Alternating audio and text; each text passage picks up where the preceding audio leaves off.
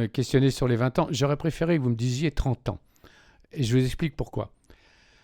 Parce que 30 ans, ça nous ramène à la crise de la fin des années 80, 89, 90, qui va durement frapper l'immobilier, il ne faut pas l'oublier. Surtout l'immobilier d'entreprise d'ailleurs, parce que l'immobilier d'habitation se portera mieux pendant les années 90. Pourquoi je vous dis 30 ans? Parce que c'est alors qu'émerge le cycle qui est en train de mourir.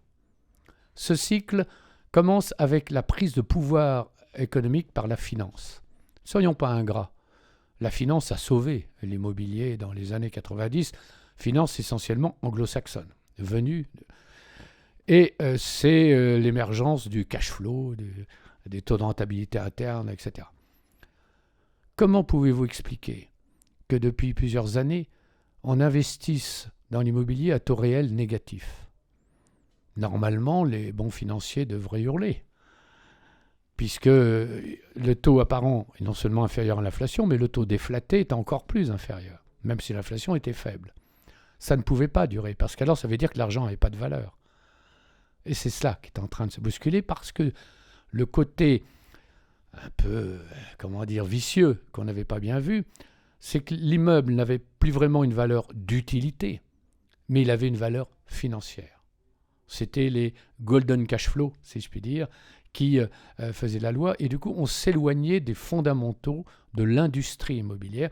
Industrie immobilière, c'est-à-dire j'inclus tout ce qui est la construction, la fabrication, etc. Alors c'est la quatrième crise, si je puis dire, d'immobilier depuis que je suis dans ce milieu. Je voudrais dire aux jeunes, le ciel ne m'est pas tombé sur la tête. Hein. Donc il y a des périodes troublées. Mais on va revenir, vous le verrez, à une certaine stabilisation. Alors nous sommes à la fin d'un cycle, comme je vous l'ai dit, dans cette période Schumpeter appelait la destruction créatrice. Tout le monde connaît l'expression. Je vais vous dire, ceux qui l'ont appris en faculté vont maintenant la vivre. En gros, nous avons la superposition de trois éléments. La crise économique et financière, je vous en ai parlé. Une crise sociétale qui tient dans les relations qu'ont les gens au travail et dans leur présence, par exemple, dans le bureau. Avant, souvenez-vous, on a eu le coworking, qui est en train de connaître de grosses difficultés, parce que, du point de vue sociétal, comme pour le télétravail, on oublie un élément essentiel, nous sommes des mammifères sociaux. Et la vie est triste si on ne peut pas se retrouver à la machine au café à dire du mal des autres. Alors, quid du télétravail? Un premier élément, c'est que le balancier de l'arrogance, c'est une expression que j'aime bien utiliser, fait que, comme tout allait bien, les salariés posaient leurs conditions, alors c'est 2 ou 3 jours de télétravail, etc. Mais le taux de chômage monte. Donc le balancier va doucement repartir dans l'autre sens. Donc dans les mois, les années qui viennent, on va retrouver un certain équilibre entre les prétentions du télétravail et la réalité. Et puis, il y a l'aspect, enfin, le troisième élément social et environnemental. C'est les modifications que l'on va avoir dans l'énergie, les comportements. Peut-être qu'on verra des entreprises qui ajouteront des appendices au contrat de travail sur des comportements liés aux économies d'énergie, etc. Le logement va se heurter à un problème de sobriété foncière. On ne peut plus étaler les villes comme on le faisait. D'ailleurs, dans le projet de loi concernant le prêt à taux zéro, la maison individuelle en est exclue. Donc on ne peut plus étaler. Donc étaler, ça veut dire densifier. Densifier, ça veut dire concevoir. Les immeubles peut-être un peu autrement, parce qu'en copropriété, l'enfer, c'est les autres. Hein. Et puis, les villes, la manière de renaturer les villes, replanter des arbres, bref, on va refaire du Haussmann.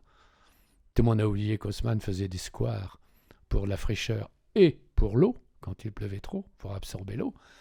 Et il mettait des arbres le long des allées. On va revenir un petit peu à ça.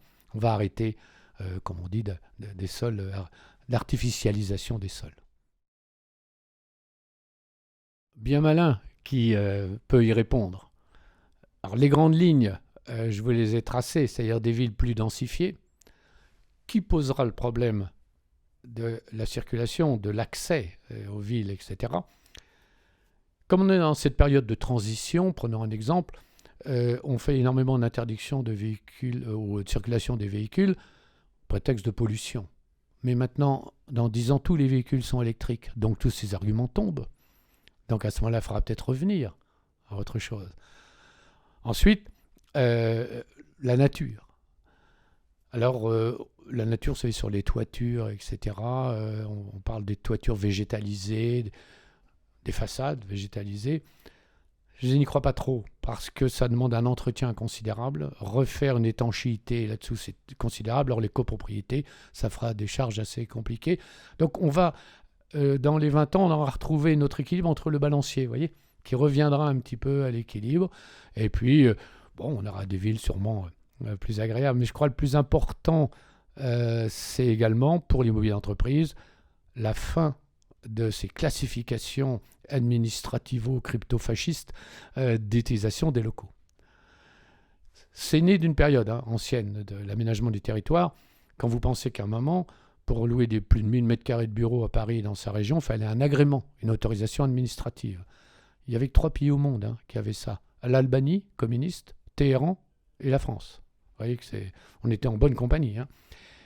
De quoi on se mêle, vous voyez, parce qu'on mélangeait l'urbanisme, tout, etc. Donc, là aussi, il va y avoir un équilibre à trouver, et notamment, si on veut retransformer des immeubles de bureaux, je vous rappelle qu'on serait sur une pente à 10 millions de mètres carrés de bureaux vacants en région Île-de-France dans les années qui viennent.